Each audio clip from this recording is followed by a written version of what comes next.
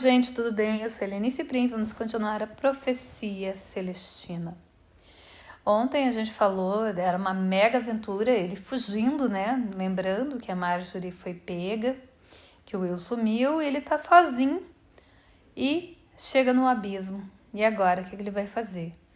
Então, ele continua. Estava condenado, liquidado. Pedras deslizaram no afloramento atrás de mim, indicando que o soldado se aproximava rápido.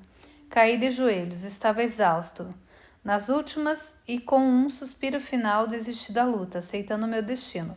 Sabia que logo viriam as balas, e interessantemente, como o fim de um terror, a morte parecia quase um alívio bem-vindo. Enquanto esperava, minha mente passava para breves visões de domingos da infância e a inocente contemplação de Deus. Como seria a morte? Tentei me abrir à experiência. Após um longo período de espera, durante o qual não tive a noção do tempo, percebi de repente que nada tinha acontecido. Olhei em volta e notei pela primeira vez que estava no mais alto pico da montanha. Outras cristas e penhascos íngremes tombavam dali, deixando-me com uma vista panorâmica em todas as direções. Um movimento me chamou a atenção.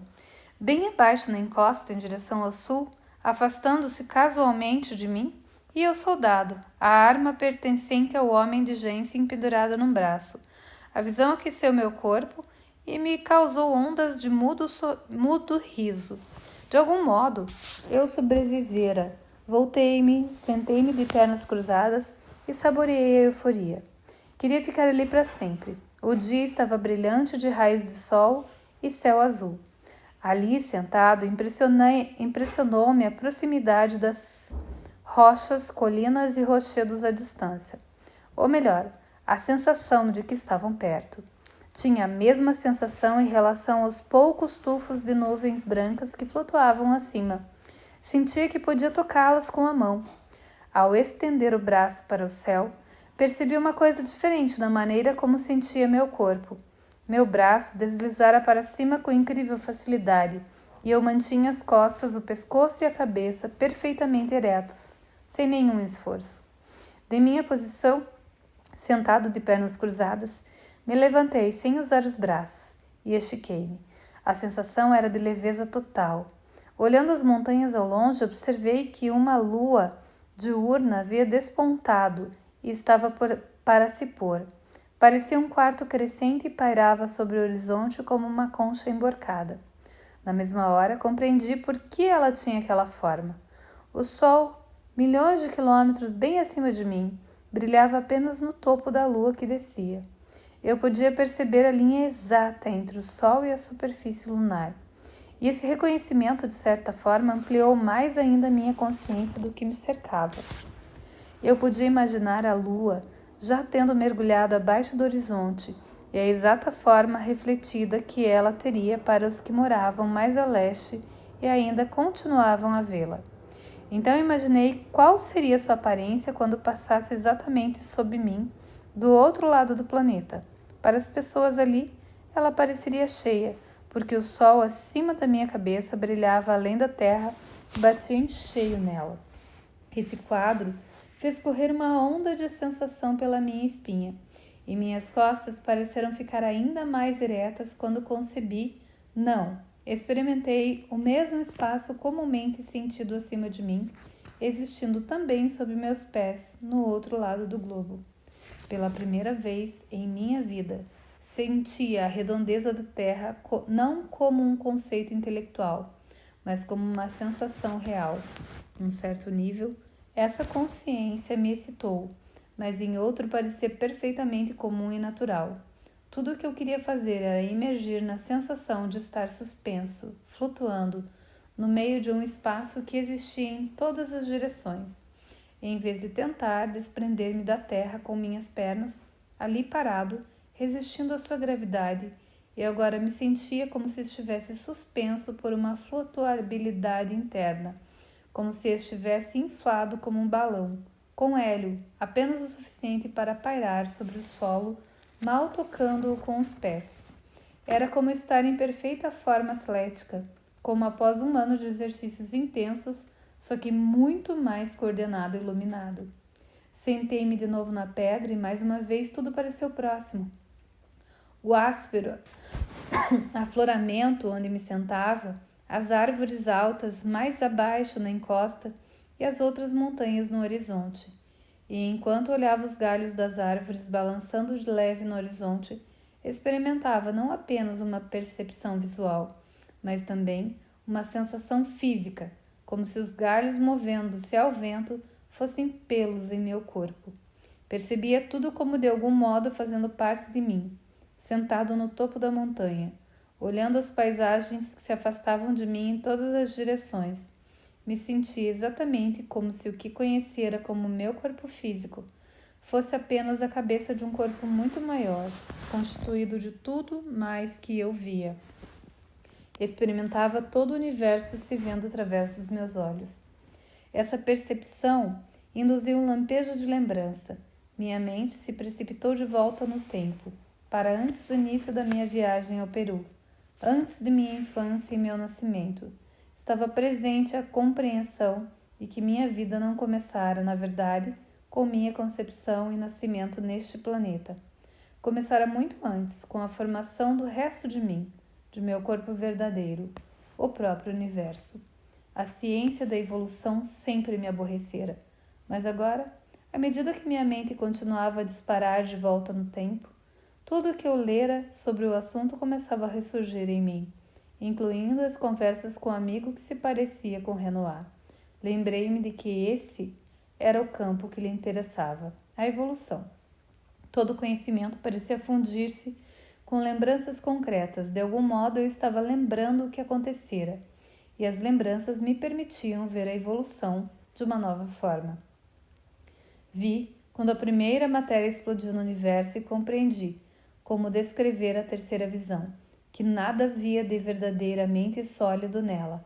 A matéria era apenas energia vibrando num certo nível, e no início existia apenas em sua mais simples forma vibratória, o elemento que chamamos hidrogênio.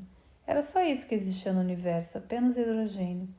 Vi os átomos de hidrogênio começarem a gravitar juntos, como se o princípio dominante, o impulso dessa energia, fosse iniciar uma passagem para um estado mais complexo. E quando os bolsões desse hidrogênio atingiram densidade suficiente, ele começou a esquentar e a arder, a tornar-se o que chamamos estrela. E nesse arder, o hidrogênio fundiu-se e saltou para a vibração superior seguinte, o elemento que chamamos hélio.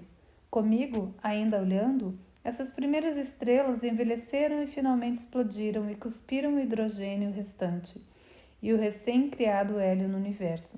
E todo o processo recomeçava mais uma vez. O hidrogênio e o hélio gravitavam juntos, até a temperatura esquentar o bastante para se formarem novas estrelas. E estas, por sua vez, se fundiam com o hélio, criando o elemento lítio, que vibrava no nível mais alto seguinte, e assim por diante. Cada geração sucessiva de estrelas criando matéria que não existia antes, até que o amplo espectro de matéria, os elementos químicos básicos, se houvessem formado e dispersado por toda a matéria. A matéria evoluíra do elemento de hidrogênio, a mais simples vibração de energia, até o carbono, que vibrava num ritmo extremamente acelerado.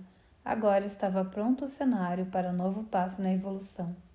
Enquanto se formava o nosso Sol, bolsões de matéria encontravam em órbita em torno dele e um deles, a Terra, continha todos os elementos recém-criados, inclusive o carbono.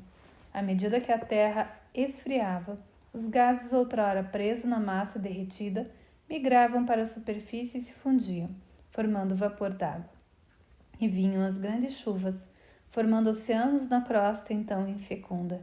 E aí, quando a água cobriu grande parte da superfície terrestre, os céus clarearam e o sol, ardendo incandescente, banhou de luz, calor e radiação o novo mundo. E nas poças e bacias rasas, em meio às grandes tempestades e relâmpagos, que de tempos em tempos varriam o planeta, a matéria saltou do nível vibratório do carbono para um estado ainda mais complexo, para a vibração representada pelos aminoácidos. Mas pela primeira vez, esse novo nível de vibração não era estável em si e por si. A matéria tinha de absorver continuamente outra matéria dentro de si para manter sua vibração. Tinha de comer. A vida, o novo impulso da evolução surgia. Ainda limitada a viver só na água, via essa vida dividir-se em duas formas distintas. Uma delas a que chamamos de plantas, vivia de matéria inorgânica e transformava esses elementos em alimento utilizando o dióxido de carbono da primeira atmosfera. Como um subproduto, as plantas liberavam oxigênio livre no mundo pela primeira vez. A vida vegetal disseminava-se rápida pelos oceanos e finalmente pela terra também. A outra forma, que chamamos de animais, absorvia apenas vida orgânica para manter sua vibração. Sob meus olhos, os animais encheram os oceanos na grande era dos peixes, e quando as plantas já haviam liberado oxigênio bastante na atmosfera, eles começaram sua própria jornada para a terra. Vi os anfíbios, metade peixe, metade uma coisa nova, deixarem pela primeira vez a água e usarem pulmões para respirar o novo ar. Então a matéria saltou mais uma vez à frente para os répteis e cobriu a terra no grande período dos dinossauros. Depois vieram os mamíferos de sangue quente e do mesmo modo cobriram a terra, e compreendi que cada espécie que surgia representava a vida, a matéria, passando para a vibração mais alta seguinte. Finalmente, encerrou-se a marcha. Ali, no pináculo, estava a humanidade. Humanidade. Acabou-se a visão. Eu vira num clarão toda a história da evolução, a história da matéria transformar-se em ser e depois evoluindo como se seguisse um plano mestre para vibrações sempre mais altas, criando as condições exatas, por fim, para que surgissem os humanos, para que surgisse cada um de nós como indivíduo. Eu vou parar por aqui e amanhã a gente continua a profecia celestina. Até amanhã.